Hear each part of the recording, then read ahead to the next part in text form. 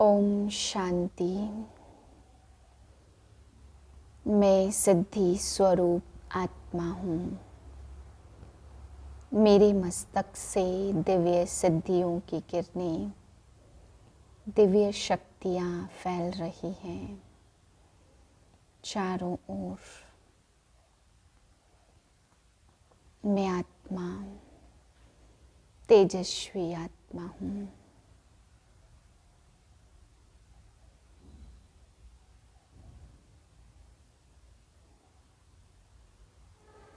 आठ 3/2024 के महावाक्य हैं। आज महाशिवरात्रि का दिन। सभी बाबा के बच्चों को, सभी भक्तों को हार्दिक शुभकामनाएं। यह शिव जयंती हमें बाप दादा के अवतरण का याद दिलाती है। बाप दादा को अवतरित हुए, शिव बाबा को धरती पर आए हुए 88 साल हो गए हैं। हम सभी 88वीं त्रिमूर्ति शिव जयंती मना रहे हैं। यह हमें यही संदेश देती है कि स्वयं परमपिता परमात्मा आकर के त्रिमूर्ति देवताओं की रचना करते, ब्रह्मा द्वारा इस नई दुनिया की स्थापना और विष्णु द्वारा नई दुनिया की पालना और शंकर द्वारा इस पुरानी दुनिया का विनाश कराते। यह तीनों कार्य के लिए प्यारे शिव बाबा त्रिमूर्ति देवों की रचना रचते और हम सभी बच्चों को भी साथ में निमित्त बनाते। मीठे बच्चे, बाप की सकाश लेने के लिए खुशबूदार फूल बनो। सवेरे सवेरे उठकर याद में बैठ प्यार से बाबा से मीठी मीठी बातें करो।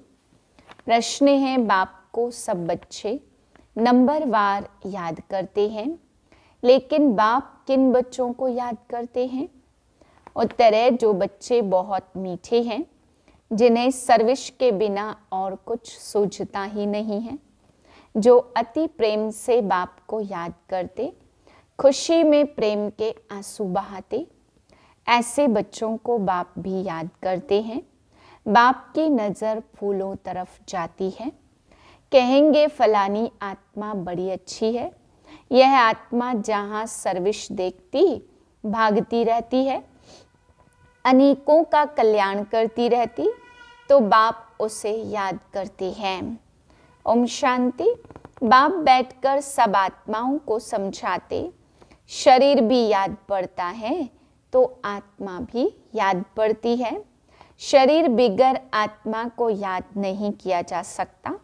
समझा जाता यह आत्मा अच्छी है, यह बाह्यमुखी है, यह इस दुनिया का शैर आदि करना चाहती है, यह उस दुनिया को भूली हुई है।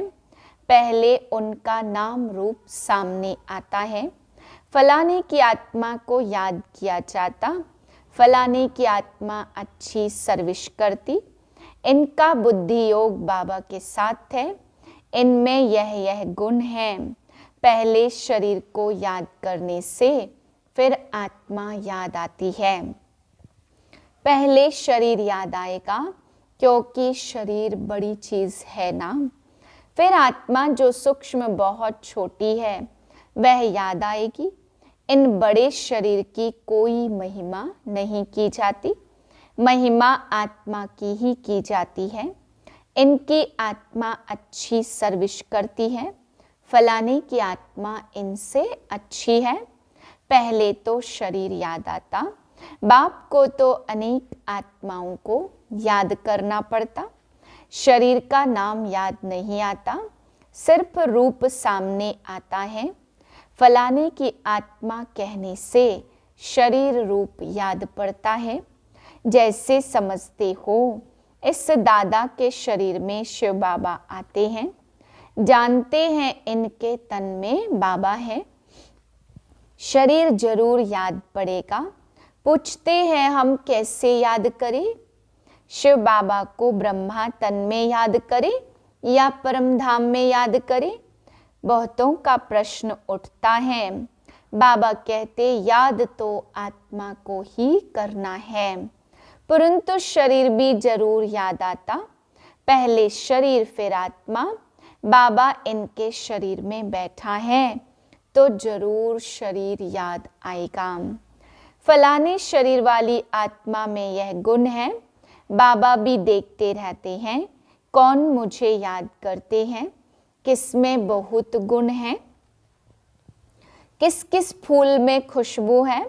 फूलों से सबका प्यार होता है। गुलदस्ता बनाते हैं, उसमें राजा रानी प्रजा भिन्न भिन्न फूल पत्ते आदि सब बनाते हैं। बाप की नज़र फूलों तरफ जाएगी ना, कहेंगे फलाने की आत्मा बड़ी अच्छी है, बड़ी सर्विस करती है। आत्माभिमान में रह बाप को याद करते रहते, जहाँ भी सर्विस देखते हैं वहाँ भागते हैं। फिर भी सवेरे उठकर याद में बैठते होंगे तो किसको याद करते होंगे? शिव बाबा परमधाम में याद आता होगा या मधुबन में याद आता होगा? बाबा याद आता होगा ना, इसमें शिव बाबा है, क्योंकि बाप तो अभी नीचे आ गया, मुरली चलाने नीचे आए हैं। इनका अपने घर में तो कोई काम नहीं होगा, वहाँ जाकर क्या करेंगे? इस तन में प्रवेश करते हैं तो जरूर पहले पहले शरीर याद आएगा, फिर आत्मा। फलाने शरीर में जो आत्मा है यह अनन्य अच्छी है, इनको सर्विस बिगर कुछ भी सूझता नहीं है, बहुत मीठी है। बाबा बैठे रहते हैं, सबको देखते रहते। फलानी बच्ची बहुत अच्छी है, बहुत याद करती है। बांधेली बच्चियों को विकार के लिए कितनी मार मिलती है, कितना प्रेम से याद करती होंगी। जब बहुत याद करती तो खुशी के मारे प्रेम के आंसू भी आ जाते हैं। कभी कभी वह आंसू गिर भी पड़ते। बाबा को और धंधा क्या है, सबको याद करते हैं। बहुत बच्चियां याद आती हैं, फलाने की आत्मा में दम नहीं है, बाप को याद नहीं करती, किसको सुख नहीं देती, यह अपना ही कल्याण नहीं करती। बाप तो यही जांच करते रहेंगे, याद करना माना सकाश देना। आत्मा का कनेक्शन परमात्मा के साथ रहता है ना। एक दिन आएगा जबकि बच्चे योग में बहुत रहेंगे, यह भी किसको याद करेंगे तो झट साक्षात्कार होगा। आत्मा तो है छोटी बिंदी, साक्षात्कार करे तो भी कोई समझ न सके, फिर भी शरीर ही याद आता है। आत्मा है छोटी परंतु याद करती है तो उनकी आत्मा पावन बनती जाती। बगीचे में वैरायटी फूल होते हैं, बाबा भी देखते हैं यह बहुत अच्छा खुशबूदार फूल है, यह इतना नहीं तो पद भी कम होगा। बाबा के जो मददगार बनते हैं वही ऊंच पद पाते हैं। वह भी जो बाप को याद करते रहते, ब्राह्मण से ट्रांसफर होकर देवता बनते हैं। यह वर्णन भी संगम पर ही कर सकते कि यह दैवी फूल है या आसुरी फूल है। फूल तो सब हैं परंतु वैरायटी बहुत है। बाबा भी याद करते रहते, टीचर अपने स्टूडेंट को याद करेंगे ना। कम पढ़ते हैं दिल में तो समझेंगे ना, यह बाप भी है टीचर भी है। बाप तो है ही, टीचर पने का जास्ती चलता है। टीचर को तो रोज पढ़ाना है, इस पढ़ाई की ताकत से वह पद पाते हैं। सुबह को तुम सब भाई बाप की याद में बैठते हो, वह सब्जेक्ट है याद की। फिर मुरली चलती है, वह है पढ़ाई की सब्जेक्ट। मुख्य है ही योग और पढ़ाई। उनको ज्ञान और विज्ञान भी कहा जाता। यह ज्ञान विज्ञान भवन है जहाँ बाप आकर के सिखलाते हैं। ज्ञान से सारे सृष्टि की नॉलेज मिल जाती और विज्ञान माना तुम योग में रहते हो, जिससे तुम पावन बन जाते हो। तुमको अर्थ का पता है, बाप बच्चों को देखते रहते। आत्माभिमानी बनने से ही भूत निकलेंगे। ऐसे नहीं सबके भूत फट से निकल जाएंगे। हिसाब किताब जब चुकतू हो, फिर चलन अनुसार ही पद पाएंगे। क्लास ट्रांसफर होते हैं, इस दुनिया का ट्रांसफर नीचे हो रहा है और तुम्हारा ऊपर हो रहा है। कितना फर्क है। वह कलयुगी सीढ़ी नीचे उतरते जाते और तुम पुरुषोत्तम संगम युगी सीढ़ी ऊपर चढ़ते जाते हो। दुनिया यही है, सिर्फ बुद्धि का काम है। तुम कहते हो हम संगम युगी हैं। पुरुषोत्तम बनाने के लिए बाप को आना पड़ता है। तुम्हारे लिए अब पुरुषोत्तम संगम युग है, बाकी सब घोर अंधियारे में है।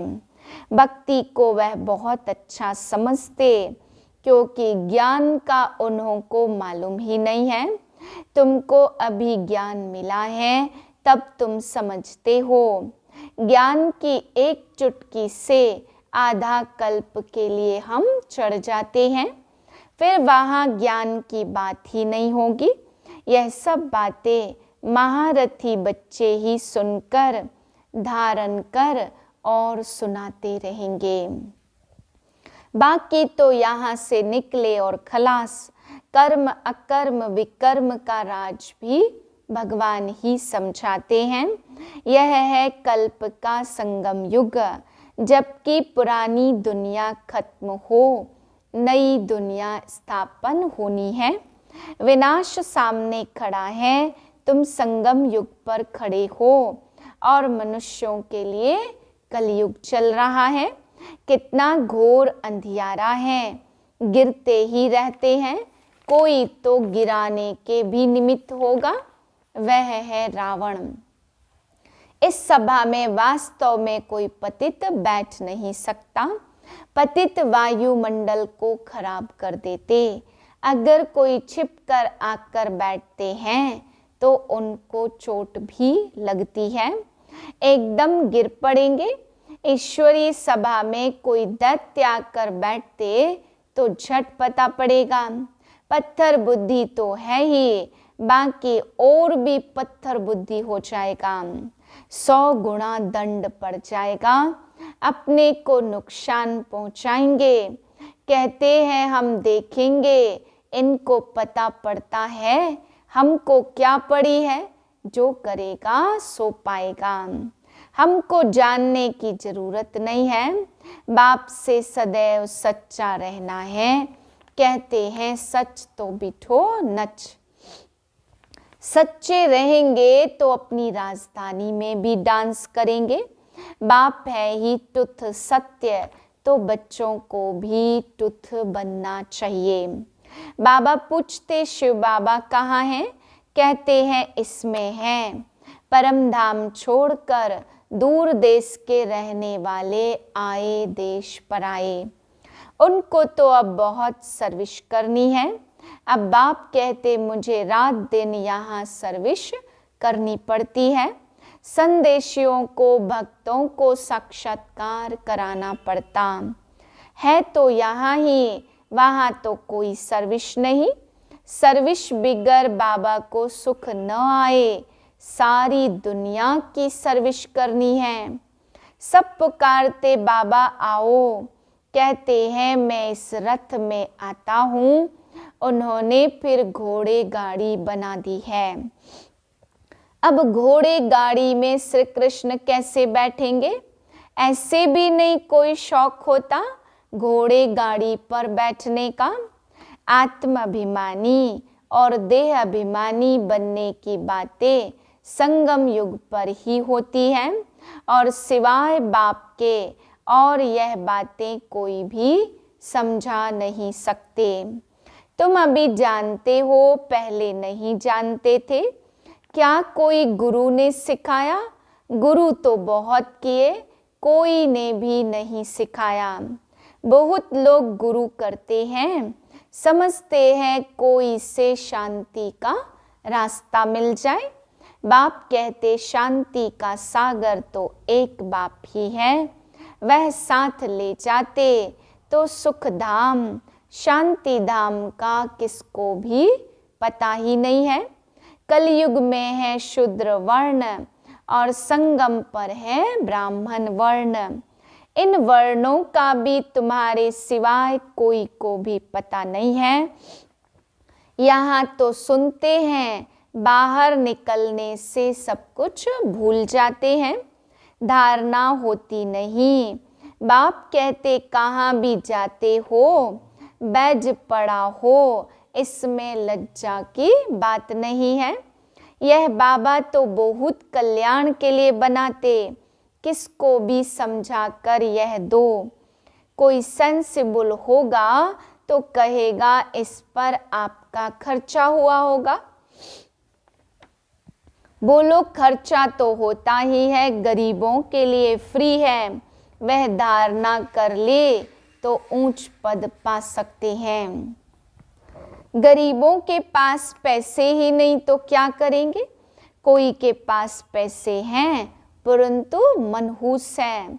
इसने प्रैक्टिकल करके दिखाया, सब कुछ माताओं के हवाले कर दिया। तुम बैठ सब कुछ संभालो, क्योंकि अब तो यह ज्ञान मिला है कि पिछाड़ी में कुछ भी याद न आए। अंतकाल जो स्त्री सिमरे, बड़ी बिल्डिंग आदि होंगी तो अवश्य याद पड़ेंगी, परंतु थोड़ा भी ज्ञान सुना तो प्रजा में जरूर आएंगे।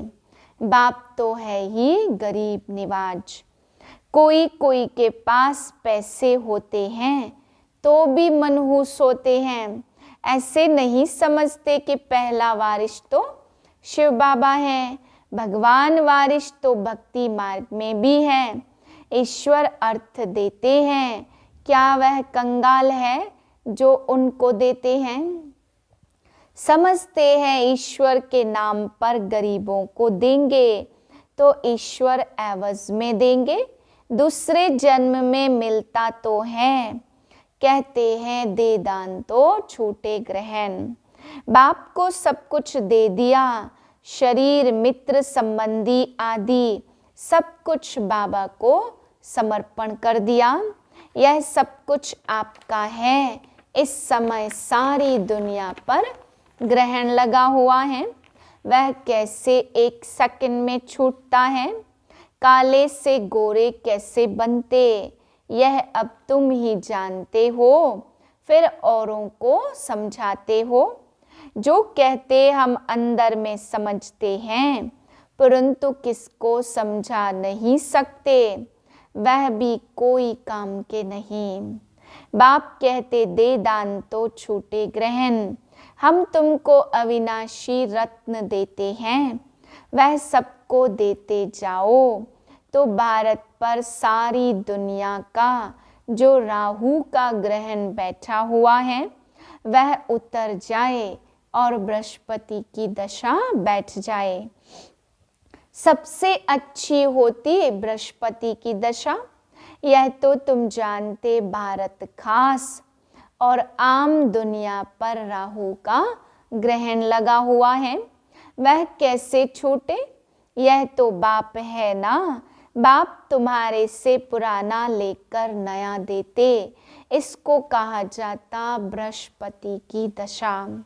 मुक्ति धाम में जाने वालों के लिए बृहस्पति की दशा नहीं कहेंगे। अच्छा मीठे मीठे सिकिलदे बच्चों प्रति माता पिता बाप दादा का याद प्यार गुड मॉर्निंग। रूहानी बाप की रूहानी बच्चों को नमस्ते। हम रूहानी बच्चों की रूहानी बाप को नमस्ते।